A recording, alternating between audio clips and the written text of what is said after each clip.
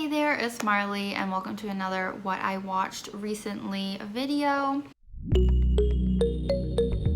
I film a video like this every couple months talking about the TV shows and movies that I have watched recently. So this video is going to be about what I watched in September and October. And it's a lot more than usual, so buckle in.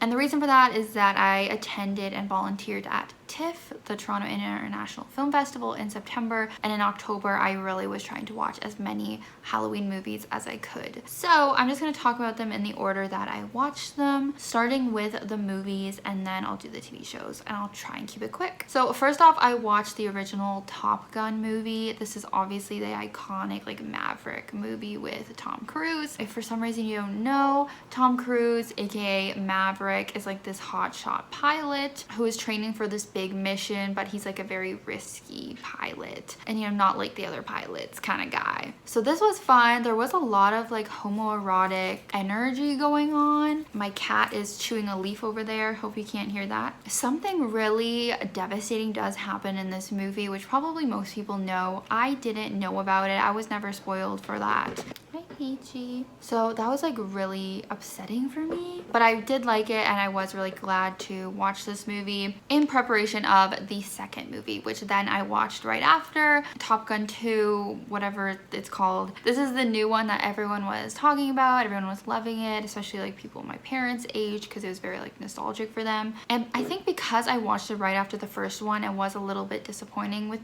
to me. So we follow Maverick, who comes back to teach these new pilots after all of these years, including his old partner's son, which is Miles Teller. Probably better for people who watched the old one back in the day, and it was able to be this nostalgic experience for them. I did love seeing Glenn Powell. I really like that actor, but I did not care for any of the romance in this movie. That was like my least favorite part, and it took up so much time. Then I watched the movie Crush. I think this was on Disney Plus. There were a few actresses that I recognized in it, so I wanted to watch it. And it's a cute, sapphic, like rom-com movie. It was really sweet, and it was about this girl who has a crush on this other girl at her school, so she joins the track team to sort of get closer to this girl. But in the meantime, she ends up bonding more with a different girl, and so it's a little bit of a girl love triangle. So that was refreshing to see, and it honestly was really fun and very sweet. Speaking of gay rom-coms, then we get into the movies I watched at TIFF, starting with Bros. Again, another gay rom-com, as I said, so it was very refreshing to see. And honestly, it was hilarious. Like, it was so good. I had such a good time watching this, and I'm disappointed that more people aren't talking about it or hyping it up, and that it didn't do too well in the box office. I think more people really should watch it because I just thought it was so funny. And I'm obviously not a gay man, so I can't really speak to like the accuracy of it, but I just did feel like it was more of an authentic gay story, whereas I feel like there's so many other like gay movies or shows that are like made for straight people or like for straight women, and I just felt like this was more authentic. So highly recommend that one. Then I watched Aristotle and Dante Discover the Secrets of the Universe, which is a movie based on one of my favorite books. It was beautiful. I really was impressed with it. It's like a contemporary coming of age story about these two boys, Aristotle and Dante. They are Mexican American. They're just exploring their identities and their relationship with each other and with some other people. And I just feel like, you know, the film had this very like artsy vibe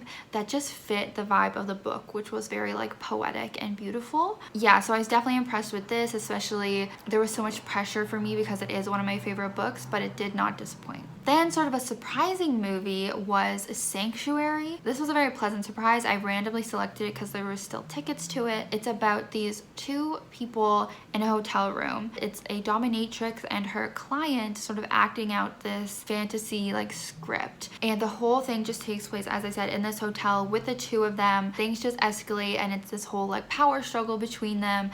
It's dramatic, but it's also very funny. Just kind of like a cat and mouse game, very chaotic, but a very good movie. Definitely check this out wherever you can watch it. It's called Sanctuary. Then I also watched Devotion. This is based on a true story about a black like fighter pilot in the Korean War or something like that. It was giving a little bit of Top Gun energy, just the fact that it was following pilots, and I just watched Top Gun recently. Glenn Powell is also in it, playing a pilot again, so loved that. But it's definitely more of like a serious tone than Top Gun. It is based on real events and just the risky situations that these pilots are in through the training and then through their missions. Joe Jonas is also in it, so love that. It was very beautiful, but very sad.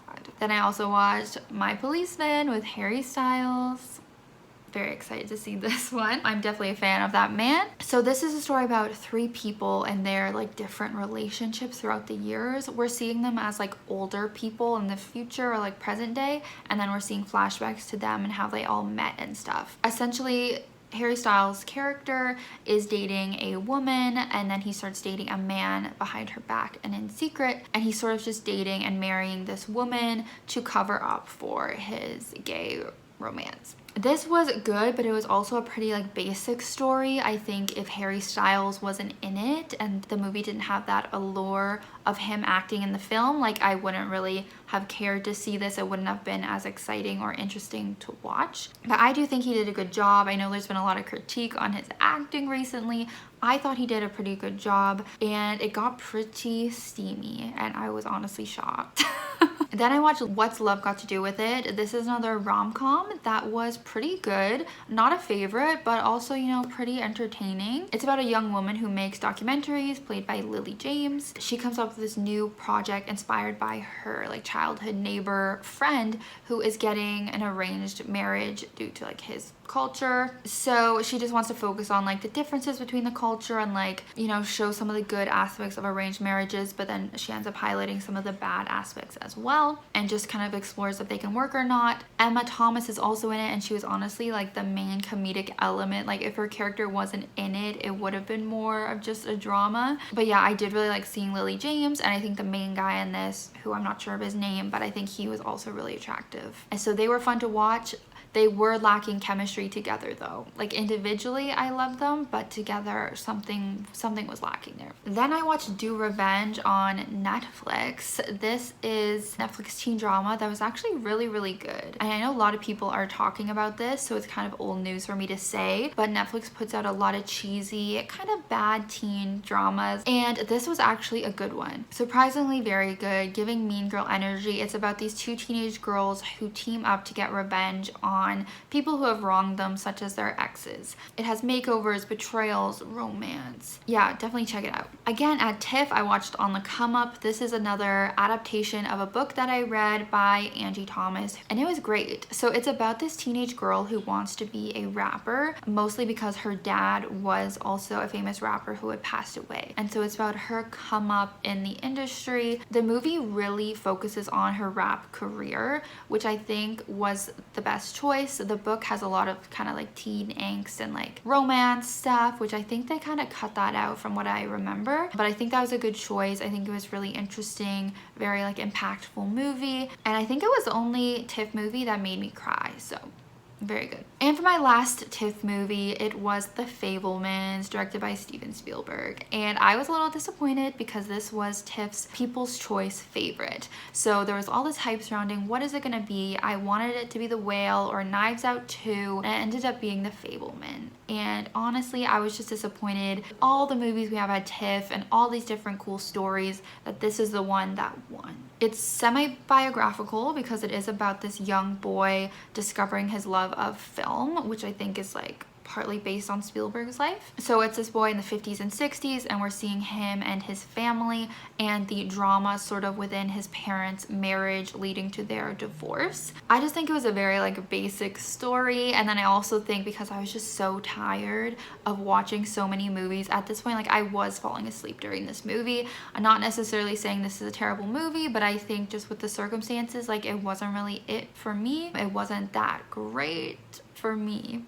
but it's probably a great movie. Just nothing like new or unique. All right, moving on from Tiff, then I watched The Little Things. So this is a crime, like thriller, mystery movie. Not my favorite, but it did have a bit of a unique story. I genuinely thought this movie was terrible at first. It was like really weird editing and like really weird kind of production behind it. But once Jared Leto's character joined in to the mix of it, it got better, but I still did have some issues with it. Essentially, it's just like a crime thriller of them trying to find who the killer is. I honestly can't even remember the plot very well at this point. I also watched Primal Fear, which was like Edward Norton's first movie or something like that, and he did good. His character is on trial for the murder of this priest who was like brutally murdered, and then we see Richard Gere, his like hotshot lawyer, volunteer to defend him. It was good. It had a big twist at the end, but I did sort of suspect it. I think mostly because this is such an older movie. I think it came out the year I was born or something, so that wasn't totally shocking, but it was still a pretty decent movie. Then I watched the Crawdads thing. I loved the book that this was based off. We have another book to movie adaptation. However, the movie was more of a flop. It's about a girl named Kaya who basically gets abandoned by her family and she just ends up living in the marsh and taking care of herself and living off the land and all that kind of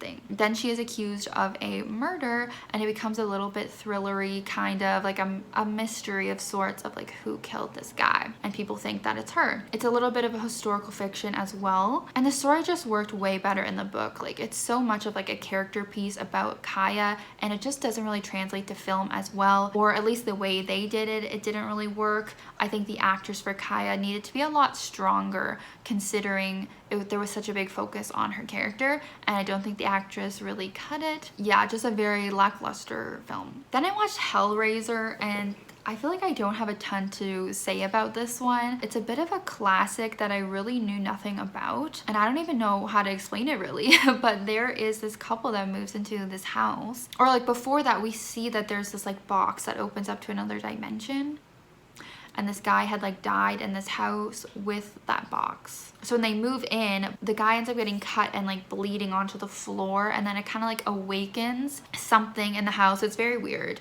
but this dead guy ends up kind of coming back to life, but he needs to like kill people to get his body back. It was weird. I was very tired when watching it too and sort of falling asleep. I'm glad I watched it just so I can kind of know more about what Hellraiser is, but like I really don't know how to explain it or what I really think about it, to be honest. Then I watched Coraline. I had never seen this before. This is an animated or like stop motion movie, and this was actually a really good time. It's about this young girl who moves into this new house with her parents, and then she finds this little doorway to this other world, and she like goes there in the night, and it's like a parallel world to her own, but it's like way better. Like her parents are exactly how she wished that they could be, but everyone has these little like button eyes, so it's kind of creepy. But then things take like a dark turn and they want to put buttons on her eyes.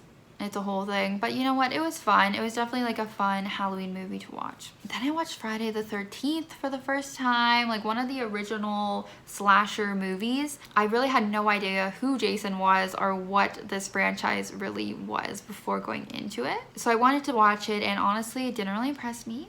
I get how, you know, it probably started a lot of the slasher tropes and all that stuff and was, you know, important for the genre, but watching it now, I was not loving it. Like I see how Scream parodied a lot of things and like did things better, you know. It's about a bunch of camp counselors at this camp like preparing and like training before the kids come, and then they all start getting murdered, and Jason is this boy who had drowned at the camp like years ago because his camp counselors were like having sex, so they didn't notice that he was drowning and couldn't save him, so it's kind of like his revenge kind of thing for that. Then I watched the movie Freaky. This was like a horror comedy or like slasher film, and it was actually pretty fun. It was like a retelling of Freaky Friday, where the two people who switch bodies are a serial killer and a teenage girl. So a very fantastic premise. Vince Vaughn is in it. He's like the serial killer who becomes a teenage girl, so he's of course pretty funny. However, I do feel like the personalities didn't stay consistent. Like Vince Vaughn acting like the teenage girl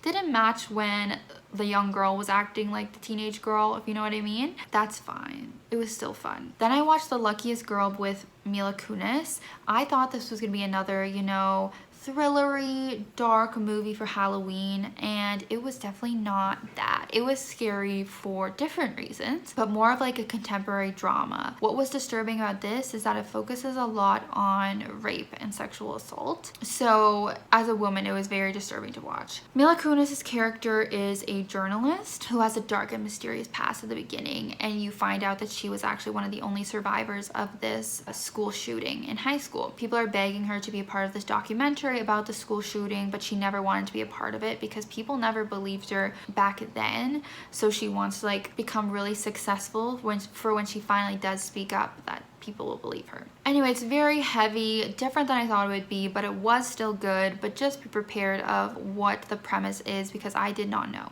Then I watched Hocus Pocus 2. Okay, I also watched Hocus Pocus actually twice this year. It's one of my favorite movies of all time. Not even just favorite Halloween movies, but like favorite movies of all time. And so I was excited to watch Hocus Pocus 2. I knew it wouldn't be as good as the first one. And you know, I was right.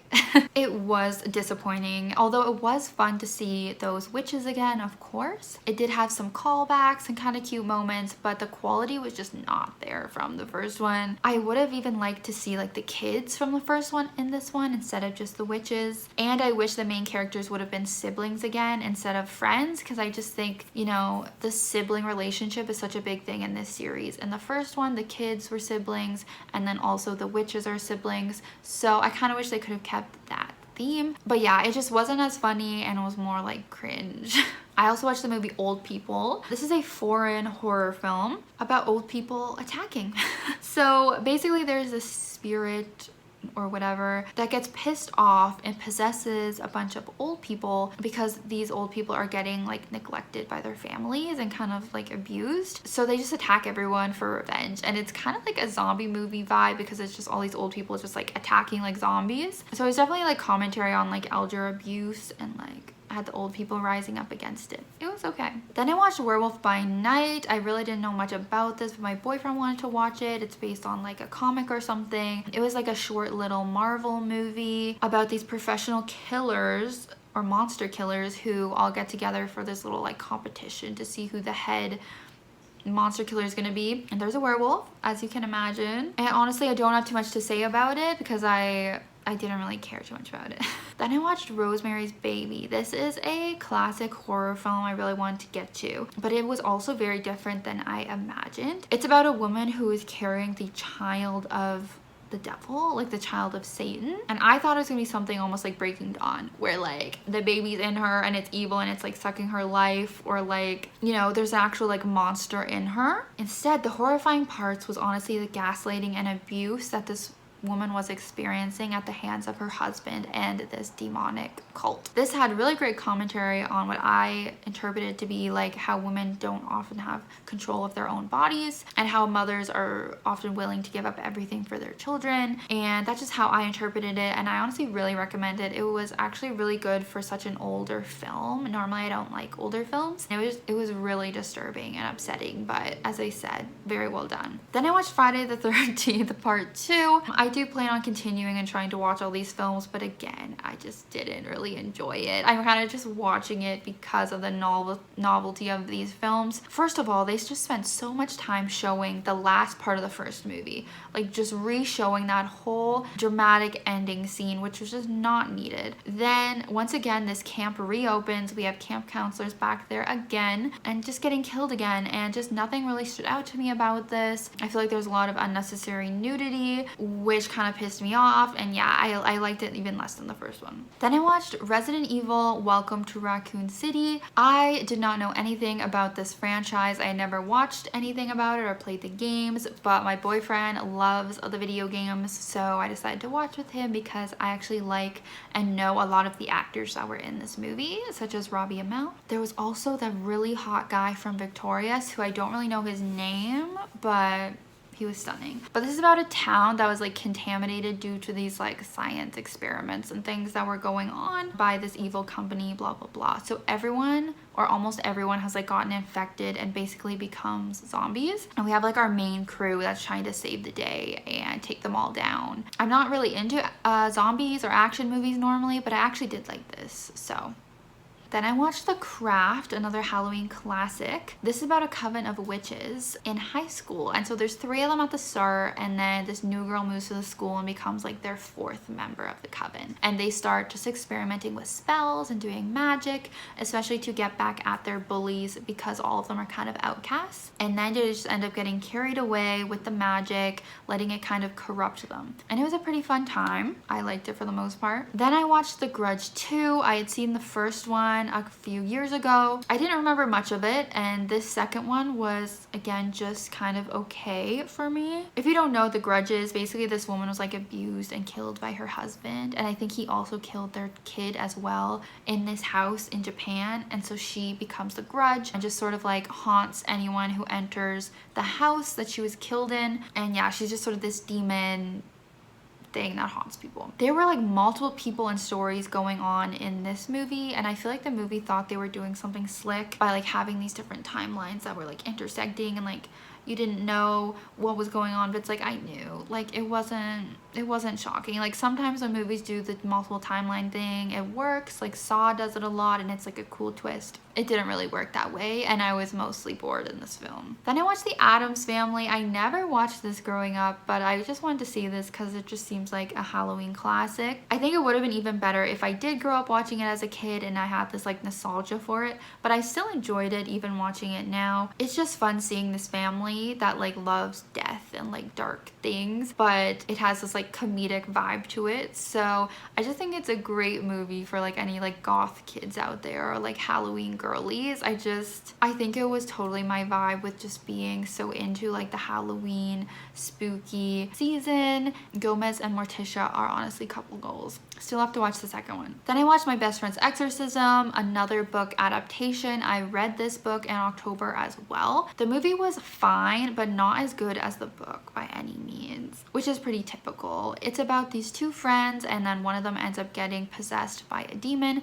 and the other friend has to try and save her. It was pretty cringe, but it was also funny at times. I just wish the friendship elements had been better because they were very strong in the book, and I just don't think the friendship was done as well in the movie. Then I watched Goodbye Mommy. This is a thriller horror, but like it was not very scary. And I figured out the twist literally in like the first second of the movie. The first 10 seconds of the movie, I called it. I was watching to my friend, I said it out loud, and then we just knew what the twist was going to be the whole movie, and we're just like waiting for it to happen. It was kind of boring. But it's about these 2 twin boys who go to visit their mother. It seems like they haven't seen her in a while due to some sort of incident, and then she has this face covering on her face, and they start to suspect due to her odd behavior that she is not actually their mother, that some woman has like replaced her or something. I think it's really obvious what's going on and what this twist is, so I wouldn't really recommend it. It wasn't necessarily like bad though, but not worth it.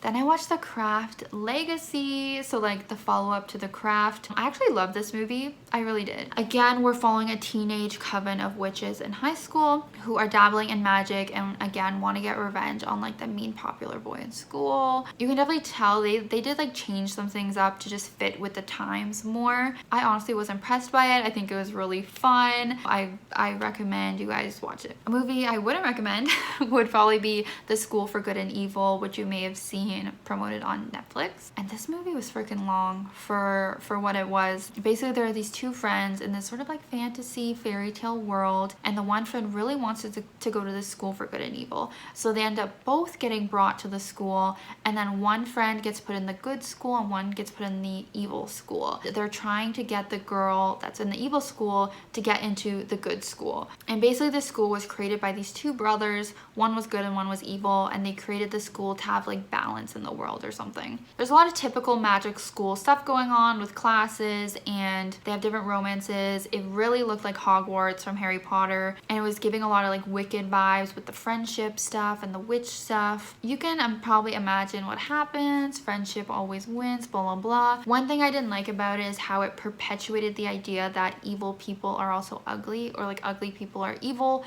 That's something you see more people talk about, and like that media always portrays evil people to have like a disability disability or disfigurement, and basically this really perpetuated that, where as the characters got eviler, they also got uglier, which I feel like is kind of problematic. Then I watched Bram Stoker's Dracula. If you didn't know, I read Dracula last year, and since then I've just been interested in watching more of the adaptations and stuff.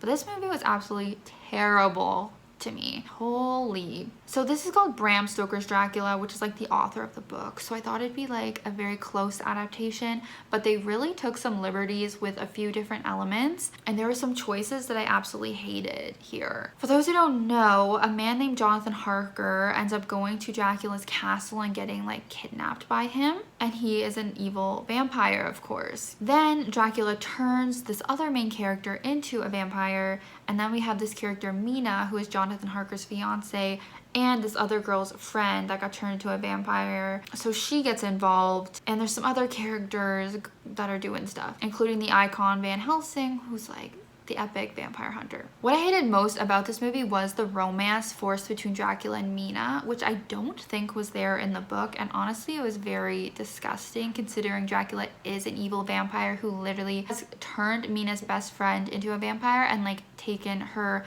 fiance and tortured him. They really tried to like redeem Dracula, which I think was a really odd choice, and it just didn't work for me. I hated those elements so much, and honestly I want justice for Winona Ryder and how she was forced to make out with multiple old men in this film when she was like 20 years old. Anyways, the last movie I watched in October was Barbarian, and this is a newer horror film that I've been hearing good things about, and it actually was really good. I went into it not really knowing anything about the premise, and I'm honestly going to recommend that you do the same if you haven't seen it yet. It made it even more enjoyable just not knowing where it was going, and I found it super scary and really good. I was really rooting for the characters. There were ones that I was like really sad to see get killed, and it was just definitely a good one, so would recommend. Now let's quickly go through the TV show. So I finished up Big Brother season 24. This was the latest season, and I was so happy with how it ended and who the winner ended up being. It was iconic, and it ended a while ago, so I don't really feel like saying too much about it. Then I also finished up Miss Marvel, which I talked about in my last video. This is a show about a Muslim teenage girl who becomes a superhero. This was an okay pilot, then it kind of lost me for quite a few episodes. I wasn't loving where it was going, and then it had a very strong like finish with the finale, so very mixed feelings on this one. Then I watched High School Musical, the series season 3. I actually really love this show. I think I keep loving it more and more with each season. If you don't know, it's about these kids in like a drama theater club in high school, and in this season they actually go to a summer camp, so it's a little different. Not the whole cast was in it actually, but it was a really fun time. I love watching the musical numbers and all of the teenage drama. It gives Glee vibes, but like a little more innocent. I was a little pissed though because my favorite romantic ship got ruined this season. And the musical they did this season was Frozen, which was fun, but I'm very excited for next season where they're bringing back a bunch of the original High School Musical cast. That's gonna be great. Then I watched the newest season of Amazing Race Canada. I haven't watched much of this show, but I just think the concept of Amazing Race is so fun. Racing around the country, seeing cool things, doing these challenges. However, the casting was a little bit rough for this season. I feel a lot of the pairs were a little bit boring, especially in the beginning, but by the end, I feel like there were certain people who had personalities and like there were certain people to root for. But it was really annoying with COVID. Like people kept having to leave because they got COVID, but then they'd just be able to come back like weeks later and like skip legs of the race. I wasn't really big on that. And yeah, so people kept like coming back that were already eliminated, and then it was like halfway through the season, I feel like no one had even gotten out. It was kind of weird. But then I watched Love is Blind After the Altar. Talk about disappointing. So this just didn't deliver the drama like I wanted it to. I think all of us were kind of on the same page with that. I feel like people were just being very like fake for the cameras, and they were missing a lot of the interesting dramatic people from this little like party that they put on. Like Shake and Shane didn't go to the party. Shayna just showed up for a little bit of time, so not really the most interesting. Then I've been watching the 43rd season of Survivor. As always, I am loving the show. It's always very entertaining. I do think this season's not as entertaining as the last few we've had. I feel like there's something a little bit off about this season, and I feel like a lot of it is like the production of what they're doing. Like there's so many advantages that they're putting into the game that no one is really using them. Everyone knows that people have advantages. It's never like a secret. Also, I just feel like the competitions are getting quite repetitive. There's nothing that interesting. You know, they're gonna like race, carry something heavy, maybe swim, and then do a puzzle. Also, almost every single person that's got voted out so far has been a woman, which is very disappointing to see, so not loving that. Then I watched the show She-Hulk. It's more of like a rom-com Marvel show. It's a little bit different from other stuff that they've been putting out. It seemed like it was more targeting like a female audience, which was fun for me as a woman. But it did cause, I think, a bit of drama online and like a lot of like men hating it. But I liked it. I like seeing something a little bit different from them. I really like Tatiana, who plays the main character. I've loved her since Orphan Black. Basically, the character is Jennifer, and she's Bruce's cousin, and she ends up getting like infected with his like Hulkness. So she becomes a Hulk, but she's also a lawyer. So she's really trying to balance her like lawyer career with her new powers. But unlike the Hulk, she doesn't really like to fight crime like physically. She does prefer to do it in the courtroom. So she's not really like a traditional superhero in that sense. It is definitely cringe in a lot of moments, but still fun, even though the courtroom scenes were like kind of bad, and it's like, this is not how courtroom scenes go. Then I watched Conversations with Friends, which is the TV adaptation of the Sally Rooney book, which I really loved. This show dragged out a bit. Like, it was 12 episodes, which is pretty long, even though they were only half an hour each. At first I wasn't loving it, but then by the end I actually feel like it got better. It's about an Irish girl named Frances and the affair that she starts having with this man, and then also about her friendship with this girl named Bobby, who is also her ex-girlfriend, and the complex relationships between all of these like 4 people who are friends but also like sleeping with each other. I ended up really liking Bobby in the show. The actress was really likable. Joe, whatever, like Taylor Swift's boyfriend, played the male lead in the show, and I was disappointed with him. I've never seen him in anything before, but I just feel like he was not very genuine in this role, so kind of disappointed with that. Then I watched The Midnight Club. This is the latest in the Flaniverse. So the creator of Haunting of Hill House, Bly Manor, Midnight Mass, Mike Flanagan, he created this new show about teenagers who are all chronically ill with cancer or different things. They end up going to this hospice, and then every night they tell spooky stories to each other, and they also have this promise to each other that if they die, they'll try to give each other a sign to prove that the afterlife exists. It's promoted as a bit of a horror show, but honestly, like, it was not scary. Some of these kids were good, but honestly a lot of them were boring. Our main character was very weak, like the actress was weak, and her character is pretty annoying. There were a couple strong characters like Anya and Spence, but I just at the end of the day did feel disappointed by this show. I did like most of the scary stories and those elements of it, but there's too many long ass monologues. Like, those are not needed. In like all of his shows, he has them. And yeah, I just wish the ending of this one could have been more conclusive as well. I wanted it just to be a one-off season, but I think there might be more, I'm not sure. And then finally, I've been watching Love is Blind season 3. I absolutely adore this show every time. This season is pretty unhinged as well, as always. This is a show about people who fall in love quickly and having never seen each other. They go in these pods and just talk with a wall between them and then end up getting engaged. Then they end up going into the real world and seeing if that relationship will actually work and if love is really blind. I really wish Cole and Zainab could work it out, but I really just don't think that they can. She is just too insecure and he is too immature. I feel like Raven and SK are pretty good together. Alexa and Brennan, they'll probably work out. Colleen, girl, you better run. You better run from Matt. Nancy also needs to run from Bartiz. And I just have the wedding episode left and I can't wait. So that's everything I watched these last couple months. Thank you guys for watching. Let me know your thoughts on any of these shows or movies if you've watched them. Give it a like and subscribe if you have not already. But I will see you guys in my next video, hopefully very soon. Bye.